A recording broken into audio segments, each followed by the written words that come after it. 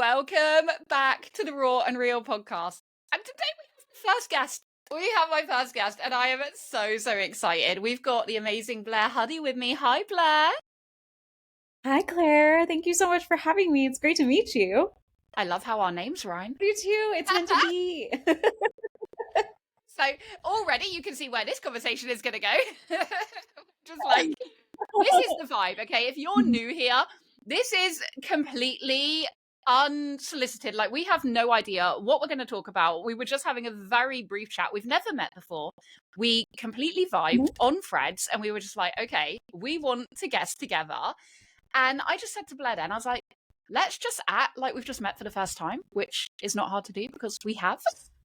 And let's just have a conversation and see where it goes. So you guys are welcome to come along and come into this conversation as we just vibe and we find out about each other and we chat and get to know each other and we talk like we're best friends in our sleepovers with our besties and with all of you here with us.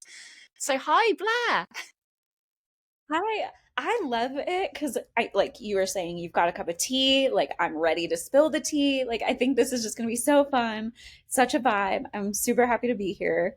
And thank you so much. I reached out on Threads because I don't know if the audience is familiar with your post, but you were like, I'm looking for millennial business owners who have like crazy stories to share. And I was like, girl, have I got a story for you. Like, this has been wild. That is obviously where we need to go then. So let's go. Let's dive in. What have you got for us, Blair? Oh my goodness. So I'm a millennial. I was born in 1989, which has become, let's be honest, like with Taylor Swift also being born in 1989, my entire personality. And I will, like, any excuse to bring that up, I will take it. I'm so with you. Do you think that we're like the only generation that do that as well? Because I swear, I don't really hear any other generations like being like, you know, flying the flag. Like, you don't hear Gen Z like, we're Gen Zers. But us millennials, we're proud. Oh, for sure. And Gen Zs are Gen Xers are so quiet. They're so quiet. They don't want to be messed with. They don't want to be talked to. They don't want to be talked about. Like, they are just super behind the scenes, very ragey. And we've learned like not to mess with them. And then, so I don't think we talked about this, but I actually wrote a book called Millennial. And it's lessons from, and the subtext, the title is Millennial, and then the subtitle is lessons from Generation Y. Because I feel like that is our generation. Like, we are Gen Y, but we're also like Generation Y, like, why God, why? And I just, like, I wrote it because I feel like there's also this like sort of assumption that like millennials are still children. And we're not old. Like, I feel like we're getting old. Yes. Yeah. So like, I was like, well, not only are we not children, but like, we've been through some shit, you know? And I'm like, we're tired. And so I wrote it so that I could share the lessons that I've kind of learned along the way. And I'm going to be honest with you, Claire, like, I've learned most of them the hard way, for sure. And do you know what? I feel like a lot of our generation have. Like, I think we really were like the trial and error kids. Like, it was just go for it and like figure it out along the way. Yeah, but also like, because we weren't afraid to try things and like try new ways of doing things, we got this like bad rap for being the trial and error generation. And like, we were the first generation that were like, oh, we don't have to use a mop and bucket. We can use a Swiffer. Like, we can work smarter, not harder. And then we get called lazy. And it's like, because we use our initiative to do something more efficiently. Exactly. I'm actually not lazy. I am just very efficient and I don't have time to waste. So yeah, I feel like that has been like one of the true ethos of like our generation, for sure.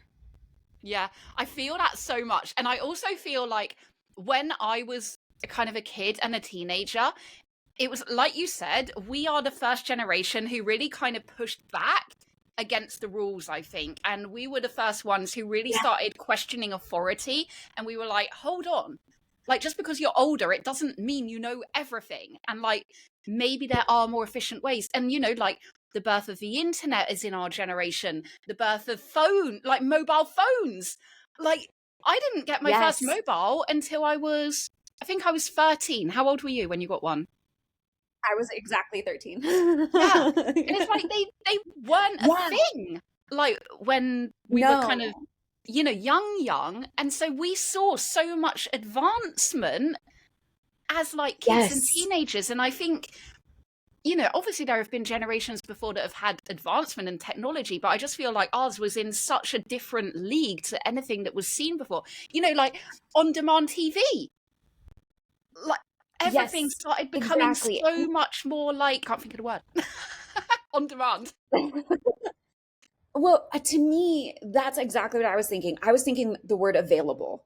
Everything for us was just available. Like the entirety of the world's information became available to us on our phones. And so we just had so much more access to so much more information so quickly that I think it was really difficult for other generations to sort of comprehend that, right? Like the Yeah. generations before us when they were in college and schooling and things like that. Like they had to go to the library to find textbooks to then look up certain passages to find information, and we could just search for it very quickly. Yeah.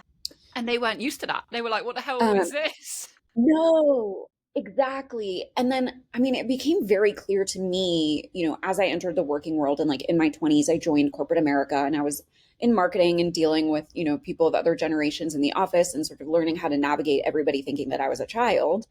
And you know, not sort of understanding that I had grown up with the wealth of information that you know our world has at my fingertips.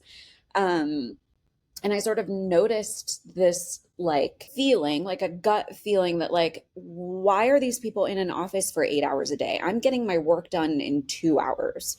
Like, what are these other people doing that's keeping them so busy for 8 hours? And I don't think it's really good for me to actually be sitting for 8 hours. And like, why are people watching what I'm doing at certain times? Why does it matter what time I come into the office? Why does it matter Oh what my time I God, yeah. leave? Doesn't it matter my output is good? And I like that was sort of the first gut instinct for me that like something was amiss, something was like different with the way that we operated. Now, I didn't know because like Gen Z came in and took that and they were like, yeah, the vibes are off. I'm just not going to be here today. And I was like, I didn't know we could do that. Like I knew something was off, but I didn't know that we could just walk out like that. That I would have lost my job like at that for sure. Um, so I think the generations after us like certainly have taken it to the next level, but I think we knew that like, oh, okay, the old way of working definitely doesn't work for us. Yeah, that's so true. And I think, like you're saying, like Gen Z have kind of our, they've taken our like questioning and our kind of pushback, and then they've like 10x'd it. And they're like, okay, now we're actually going to do something about it. Like, Exactly. And I can't wait. I mean, the alphas, you know, the oldest alphas I think are like 13, 14 now. I can't wait to see what they do when they're like 18, 19 in their 20s, when they really start entering the workforce, because they're just going to change everything. And I think it's going to be for the better. And I'm super excited about it. yeah, that's gonna be so right. So I didn't know this. So Alpha is the what, like the kind of youngest generation that we have at the moment, is it? Yes. So Okay. it's us, the millennials, Gen Z comes after them, then it's Gen A or Gen Alpha, and then Gen B will be, so everybody who's born through 2026 will be a Gen Alpha, and then from 2027 to I think like 2030, That just blows my mind 2040 even to saying those numbers. 2045. Whoa, yeah. Do you know what I think about sometimes? This is so random, but I think like, so I was born in 86, and I think Okay. right, we're now obviously in the 2000s. Do we call it 2000s, or is it like 20? I never know. 20th or We're two. in the 2020s. Yeah, yeah, yeah. So 20th, whatever. Anyway, like Yeah. someone can correct me now. But do you know what blows my mind is I think so my youngest child is 8. And I think, you know, she stands a Oh, good chance of seeing the year, what would that be? That will be 21,000 next, right? Is that right? 2100. Yeah. Yeah. So like she stands a chance of seeing, a good chance of seeing that. And I'm like, that's just so insane. And then I think about my nan. So she was born in like 19 something ridiculous, right? Like early 1900s. And she lived into the Yeah. 2000s. And it's like, wow, you saw like a whole century, but Yeah. also like a change of century. And I think that turn of the century is always so powerful. Obviously, I've only seen one. There's such a big kind of thing about it. Like, do you remember the year 2000? Like, what was that like for you? Oh, I mean, we're kind of around the same age. I was slightly younger than you, but I do remember Y2K panic. I mean, we didn't know, gosh, we're really aging ourselves and I people are going to come for us in the it's comments. fun. Like, we didn't know if computers were going to work because we didn't know, like, if it went to like 1999, like when that Oh my god, 200 yes. clicked over. We thought We thought everything. that like all technology was going to stop working and like, oh man, it was wild. It was really wild. And I remember, I think that was the year, and it might have been right around the new year of like that happening. But like, Who Wants to Be a Millionaire was just the biggest TV show. I don't know if it was as big for you as it is in the US, but like right around that time was the first guy who like won the game show, and he like made it all the way through. And I think it was like within days of the new year, that final like episode and that final question where he was like, I think I need to phone a friend. And he had gotten all the other questions like perfectly. And he was like, I need to phone a friend. And he used his phone a friend to just call, I think, his dad or his brother and just say, I just wanted to let you know I'm going to win Who Wants to Be a Millionaire. And like, we all lost our minds. Like, it was such a wild time. Oh my god, I do not remember that. I remember that show, but I don't remember that kind of specific thing. But that is so insane. Genius. I mean, what a time to be alive that was. Coming into the 2000s. And I don't know if you've seen this meme. It's making the rounds on Instagram and like Reddit. Like this girl, I guess she must be in Gen Z, and she's been doing a project. It must be semi-recent. She's been doing a project for school, and she was wondering, she sent an email to her professor asking how far back into the 1900s her resources could go, because she found an article that was written in 1994, and she was Okay, wondering God. if the late 1900s was too far back. And I was like, I don't need this. I don't need this in my life. I don't need this kind of negativity. Oh I my did god. not be expected to be like called out like this. Do you know the worst thing is like when they start teaching history and it's going to be like our era. Like history is going to be our childhood. That's worrying. But do you know, okay, It's here's wild. a question. So how old are you at the moment? I'm 35. I love how you had to think about that. I do too. Quickly, Tally. It's not just that I have to think about it, because I'm sure, do you feel the same? But like, I don't feel 35. I feel like This I'm in is my what I was going to teens, ask and you. like my I'm body. like, yeah, how, for a start? Like, just how? How are we in our 30s? Yeah. Yeah, and I'm like kind of late 30s now, so I just turned 38, and it's a bit unnerving, if I'm honest. Like, I can't say I really like it. I'm a bit like, there's a lot No. of people who are really like in their ownership of getting old, and I understand, it is a privilege to get older. Obviously, there's a lot of people who don't, but equally, it's kind of also not nice because I don't know. I just feel weird about it, quite frankly. I do too. And I feel like my brain is not like, my body's getting older, but like, girl, sometimes I'm still 16, 18. I got no idea what the heck I'm doing. I find myself like wandering around looking for a more adult than like I am. And it's a very It's odd like, where's the grown feeling. up? Oh, it's me. Yes. Yeah. And I'm like, oh no, it's me. It shouldn't be like that. It really should not be. I should not be left to make decisions. Yeah. Oh my God. So I had lunch today with a friend of mine, and I always forget there's nearly 10-year age gap between us. So she's like 29. And we were talking, and Okay. she's very, she's like an old soul. So you wouldn't actually know Yeah. she's kind of 29. Like she's very like I would say she's mature, like she's 29, like that's a grown up, right? But like, Yeah, can we yeah, put this into context? Anyway, yeah. we were chatting, and I was just like, how is there 10 years between us? And she said to me, she said, well, I'm very mature for my age, and you're quite immature. And I was like, Oh, you know what? Yeah. Like, you're completely right. Like, I own it. yeah, But yeah. it, Oh, I love that for you. yeah, I'm gonna own it. Like, I am a big goof. I'm first to admit it. But I don't like my kids love to throw it in my face. They're like, you're nearly 40. And I'm like, don't say that. Oh, Mm-mm, not yet. No. oh, and so your kids will both be alphas. So my eldest is 18. So I don't know if she's Okay, a different. that's a young Gen Z. Wow. Also, first of all, kudos to you. You do not look like you have an 18-year-old. Oh Thank my you. Thank God. you. I will take that. Okay, so But you have one, yeah, you have one Gen Z and one alpha then. okay, so they're different generations. Yeah, they would be different generations. That's Do you cool. notice a difference between them? Yeah, I mean, obviously there's a big age gap. There's 10 years between them, so there's that. But Yeah, they're very different, very different. yeah, It's going to be really yeah. interesting to see. So my eldest, she's just in the middle of doing like the whole traveling thing and just like finding who she is Okay, now as a kind of grown up. But don't tell her that because she doesn't like to be yeah. called grown up yet. But she's finding herself kind of out of the nest, as it were. And then my youngest Yeah.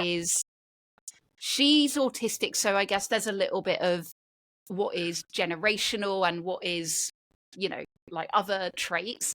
But she's very dependent at the moment. She's very codependent. So I'm going to be really interested to God. see how she evolves and grows as she gets older, for sure. I don't know if this is helpful for you at all, but I was actually late diagnosed with autism at 31. So I didn't find out that I was autistic until I was 31. Okay. So first and foremost, like knowing that she's on the spectrum so young, for me, there was a level of, I knew I was different. I just didn't know what was wrong with me. And so I feel really happy for her that at least like that piece of it, obviously being, on the spectrum is a challenge in and of itself. But that she doesn't have that sort of challenge of not knowing. Not knowing what it is. Yeah. And I Yeah. feel that, a lot of people say we're all on the spectrum to some form or another. And I think there is a truth to that. Here's a question. So a lot of the generations above us, or I don't want to, kind of generalize everyone, but in my world anyway, like they will be like, Yeah. how come there's so much more autism or ADHD or neurodivergence now? And my stance is there's not more of it. We're just now aware of it. It's like we just have Yes. an awareness of what Yes. it actually is. Yes. Like your uncle, not your uncle, but like my thinking back to those generations is like your uncle was not randomly super obsessed with trains and like very organized. Your uncle was on the spectrum Ah, and like we just didn't have a word for it yet. oh my God, the trains. Yes. What was that? We all had that family member who was obsessed with trains in the loft, right? The big train sets. Oh yeah. I mean, Oh my man, gosh. again, what a time to be alive. I miss those. What was like the most nostalgic thing from your childhood that kind of comes to mind now? Okay, so I mean, but we have the best stuff. Okay, so we had Tamagotchis, we had Beanie Babies, Oh, we yes. had I mean, gosh, just did you guys have the Oz store? AAAAHS? I Oh, want one. Oz was What is like a it? big thing. Oh, they sold all of them together. So you could go to Oz and you could get like a blow up chair. You could get your fill of Beanie Babies. You could go buy Tamagotchis, all of the like crazy magazines, fruit roll ups, anything you wanted, you could go get at Oz. It was just like a mecca. Oh my God, that sounds insane. Like I Yeah. want one now. Yeah. We Now, have like thinking about it, our generation does have like the best nostalgic stuff. Did you ever have a lilac bedroom? No. But I mean, I grew up, we were like super poor and lived in apartments, so we like couldn't paint and like, so I Okay, yeah. wanted I it, mean, but we were poor, but yeah. I definitely had a lilac bedroom. And it was that phase where everything was lilac. It wasn't just like one wall, it was Yes. like every wall, Oh, every shelf, every like piece of furniture. It was like a lilac yes. bomb. The lilac blow up chair, the lilac TVs, the lilac like big giant phone for a bedroom, the lilac butterfly clips. I mean, just everything. Butterfly. Everything was shades of purple Oh and my pink. God. The butterfly clips where you would like twist your hair Yes. and Hmm. put them in, and you would have like Yes, a whole and hairband the of them. things with yes, and the hairbands and the chokers. Oh, girl, that was the time. Chokers, yes. Oh my God. I have a friend actually who's a business coach, and her thing is chokers. And I can't look at her and just not see 90s. I'm just like, Yeah. Oh, but good for her that I love that for her. If I could just like go back to the 90s, I think I would. The 90s was just like peak to me. did you guys have like, so there was a time, let me think how old I was. I think I was about, it was before my goth era, or was it after? No, it was, Oh, girl, I had one of those too. Oh oh, my didn't God. we all? Didn't we all? Oh, we all Avril Lavigne sent It us was like, all into our goth era. okay, Yeah. so my goth era, let's just go here for a minute. My goth era was the Slipknot oversized jumper. Okay, Didn't actually really got even it. like Uh-huh. Slipknot, but it was the thing. Yeah. Like No, exactly. the baggiest of jeans, like black jeans with a chain hanging, like from the Okay. waist Uh-huh. loop down to like a big ass pocket that you would never put anything in. And then Yep. black eyeliner that literally like made you look like you've been punched in the face, like we're talking serious Yes. black eyeliner. Yes. And I think my hair actually was pretty similar to how I have it now, thinking about it. It was kind of like a ready brownie. And Yeah. yeah, that was my goth era. Oh, I did. Okay, so I mean, we all got like the Converse sneakers. That was just a universal thing. I would write all over them and like just write, honestly, oh, I probably shouldn't say this on like a camera, but we're being raw and real, I guess. I used to write my like school test answers on my Converse shoes. So like, and then I would just like cross my legs Oh, for the because you guys test. don't wear uniform. No. Oh, okay. Got it. Got it. Yes. Yeah. Oh, that is such a good idea. To all the people still in school, I would write my test answers on my shoes. And then, of course, we all started wearing ties. I don't know if you wore ties, but I We had wore to the wear like, ties at school, the, but out of school, no. oh, okay.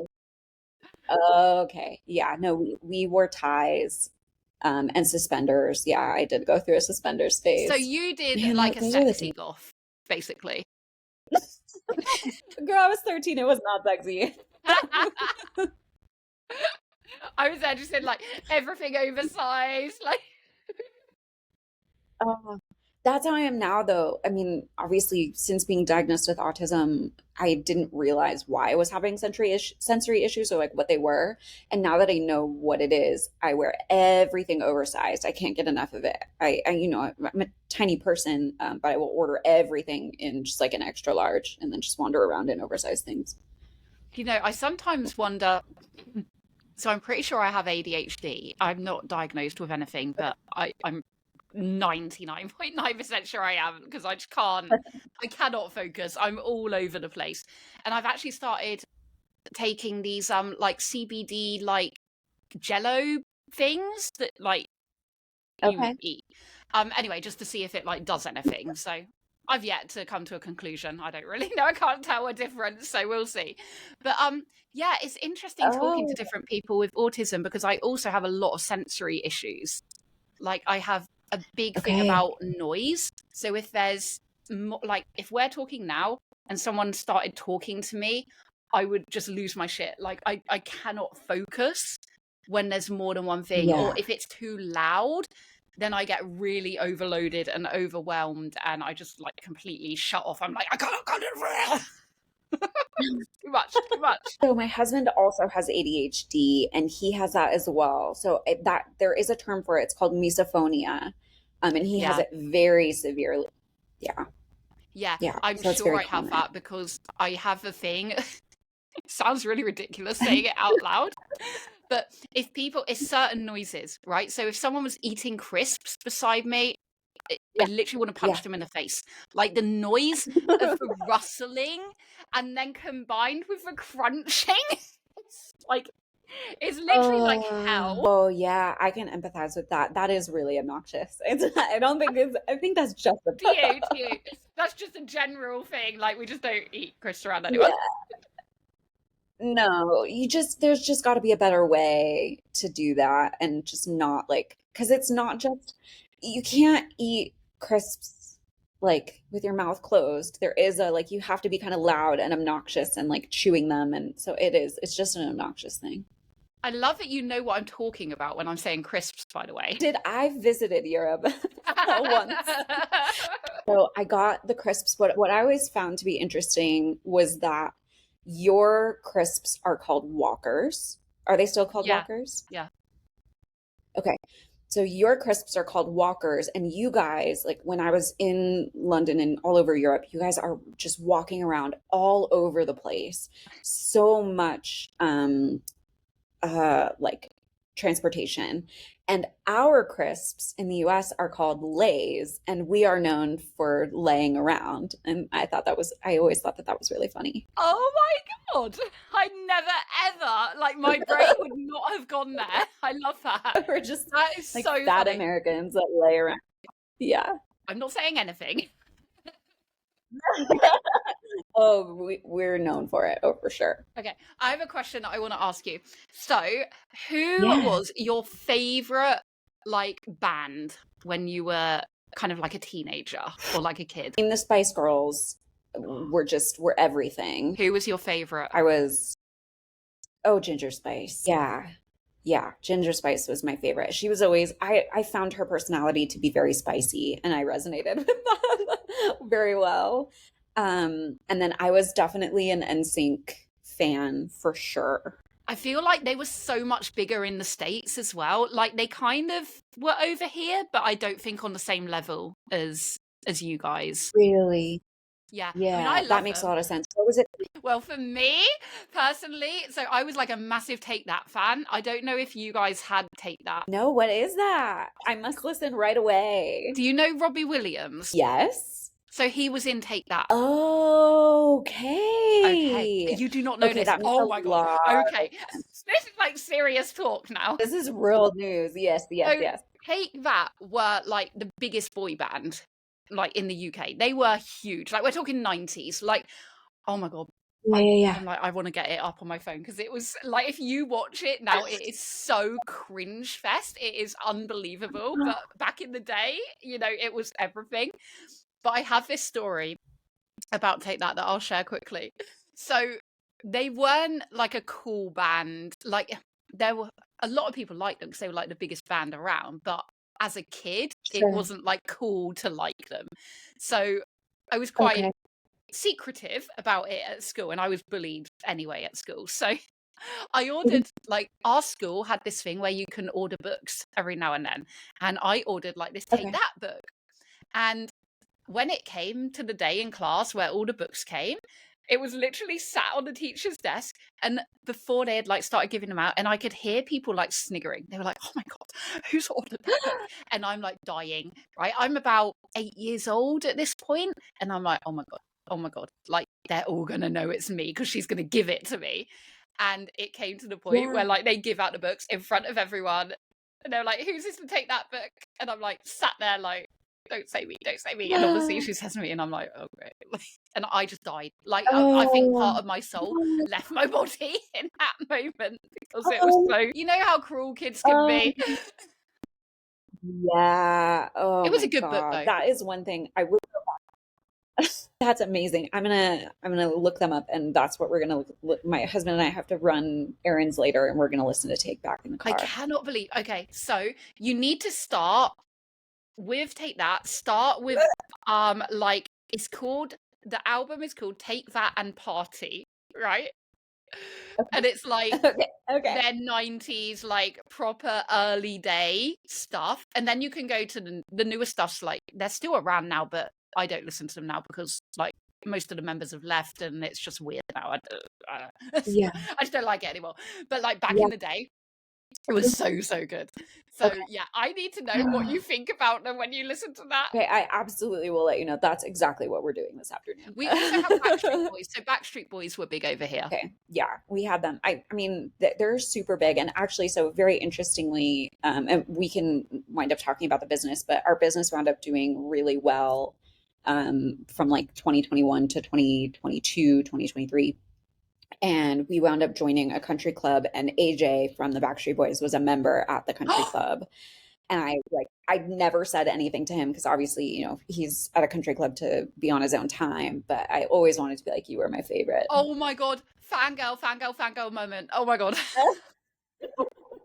Oh, girl, I got stories from that country club. I mean, there's drama. Do you want to hear about the time we met Obama at the country club? Yes, I do. Let's go. Let's go to the country club right now. Okay, before I tell you that story, I will tell you. So, Caitlyn Jenner was a member of that country club. And I had a dog. She passed. What's And this? it was like the country club. So I was born and raised in LA. And so it was a country club in the like outskirts of like the Calabasas, Westlake Village area of LA. So like this is where the celebrities live. This is where they go. Like I said, our business was doing really well. So we decided to join the country club, and we were like, if we're gonna do it, let's just like really do it. You know what I mean? Um, and so Caitlyn Jenner was a member there, and my dog was like the most loving dog of all time. I have never seen her respond to a person the way that she responded to Caitlyn Jenner. That is like dogs, sense vibes. And I will say there's just the vibes are off. My dog could not get away from her fast enough. It was just like, and I've never seen her react like that before, and I've never seen her react like that since. Yeah. Yeah. Wild. At least she So, didn't okay. like bite her or something. I was like, oh my God, what's going to happen? No, no, Can no, you no. imagine? Like literally the opposite. Like actually cowered. She cowered away from Caitlyn Jenner. And I was like, okay, got it. Like these vibes for sure. Yeah. Oh my gosh. So, yeah. So one day, my husband is golfing, and I don't know if your partner golfs at all, but when they go golfing, they're gone for like 5 hours. So I'm Okay. doing my thing at home, and I get a text message from him that just says Obama's here. So I called my dad because I cast my first vote, little baby Blair in 2008. I cast my first vote for Obama in '08. So I call my dad and I'm like, Dad, we're going to lunch at the club. And he's like, why? And I'm like, Obama's there. He's like, I'm coming over. I'll be there in 5 minutes. So we go to the country club and we get there. My husband finishes his round. We sit outside, we have lunch. And as we're wrapping up lunch, they're like, okay, Obama's coming down the 18th. Great. Mwah, chef's kiss. I want to see the former president come down the 18th green. And I think he was playing with like Don Cheadle or something like that. So my husband turns to me and he says, well, if you really want to see him, because the 18th green at that club is really, really long. He says, if you really want to see him, go into the pro shop, which was like right next to the lunch area. Go into the pro shop, go get a range finder, and then you can look through the range finder and you can see Obama up close. Oh my By God. the way, fun fact, Obama is a lefty, so he golfs left-handed. So he's coming down 18 and I am like staring at him in this rangefinder, right? And like in the parking lot, there are just like SUVs for miles, right? And he comes down the 18th and I'm like watching him from the pro shop. And that side of the pro shop, so the pro shop is pretty big and like in the middle of everything. That side, the windows on that side are tinted. So I'm like up against the window, knowing that nobody can see me. He can't see me because the windows are tinted. He can't see me staring at him through this rangefinder. Well, Obama finishes his round, returns his car. He goes to go to the bathroom, and the bathroom is like you can get to the bathroom on the other side of the pro shop. So we're all watching him through the window. We all cross the pro shop. What I didn't know at the time was that those windows are not tinted. I thought they were because the other windows were tinted. Those windows are not. Girl, when I tell you my face was up against that window, like there, I left a nose print at that window. And I remember thinking, like, while it was happening, I remember going, it really looks like the Secret Service is looking at me, but these windows are tinted. They can't see me. This looks like they're staring at me. Oh no, girl, the Secret Service absolutely staring at me. So Obama crosses the like out the right outside of the pro shop to go into the bathroom, and my husband is there, my dad is there, and he's like, okay, when Obama comes out of the bathroom, I'm gonna like open the door to the pro shop and say hi. Now, you don't know my husband, but my husband is never at a loss for words. Never. This man has words and jokes for everything. Obama comes out of the bathroom. My husband opens the door to the pro shop. Obama looks straight at my husband and goes, "Hey, how you doing?" And my husband, who has never been short of words for anything, my husband goes, "Ha!" And then Obama gets in the car, drives off. And so now to this day, we still make fun of him that is the time that my husband met his good friend Barry, and we all got to see him at the country club. Oh my God, that is the best story I've ever heard. That is so funny. That noise like That just like absolutely nothing came out, and I was like, good show. Yeah, great job, great work. Did you get to speak to him or no? I didn't, and interestingly, so he wound up coming back the next day, and apparently so many people at the country club had texted their friends and family that Obama was there that they cut the internet in the whole area. And I was like, oh shit. Like wow. That is yeah. I'm like, girl, I need to join me a country club. Okay, so one thing I will say, and I learned this from my husband, is that you will struggle. Like, if you own a business, learn to golf. That's like rule number one, because you'll struggle to get on other people's calendars. You'll struggle to find 15 minutes with them. But if you golf and you golf at a place that people want to be and you invite them to golf, you'll get 5 beautiful, uninterrupted hours. You're drinking, like decisions are made. It is absurd and wild and absolutely true. And that is something I learned from my husband. You know, I have heard that twice this week now. So I'm feeling like that is a sign from the universe, because I met someone for lunch yesterday for the first time, and she was saying exactly the same thing. She was like, I've started golf. I'm actually really enjoying it. And the business contacts there are really insane. Unbelievable. They really are. Okay, this is your sign. You've got to start golfing. Okay. Can you see me with a golf club? Yes, absolutely. It's hard. It's a hard sport, and it's super infuriating, but it's super fun. You'll love it. And I mean, you can't like, just the scenery is always so beautiful that like it's really difficult to complain. And they just bring you drinks, and it's just such a good time that you'll love it. You'll absolutely love it. Okay. Well, maybe that's going to be like the place that I can find my next date. I can get my next business contacts, find my next stage. All done. Bam. Yeah. Bam, bam, thank you, ma'am.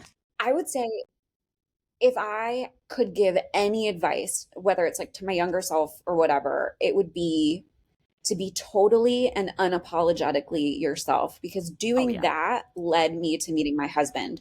We were neighbors, we met in the pandemic, but because we had been working, so he is an immigrant, he's from Africa, and he came to the US on a visa to work on projects for the studio. So like, I'm pretty sure this is probably not, it's more of a generalization, but like, I think Nickelodeon sponsored his visa. And so he was always working in Burbank and like down at the studios, and I was always working from an office.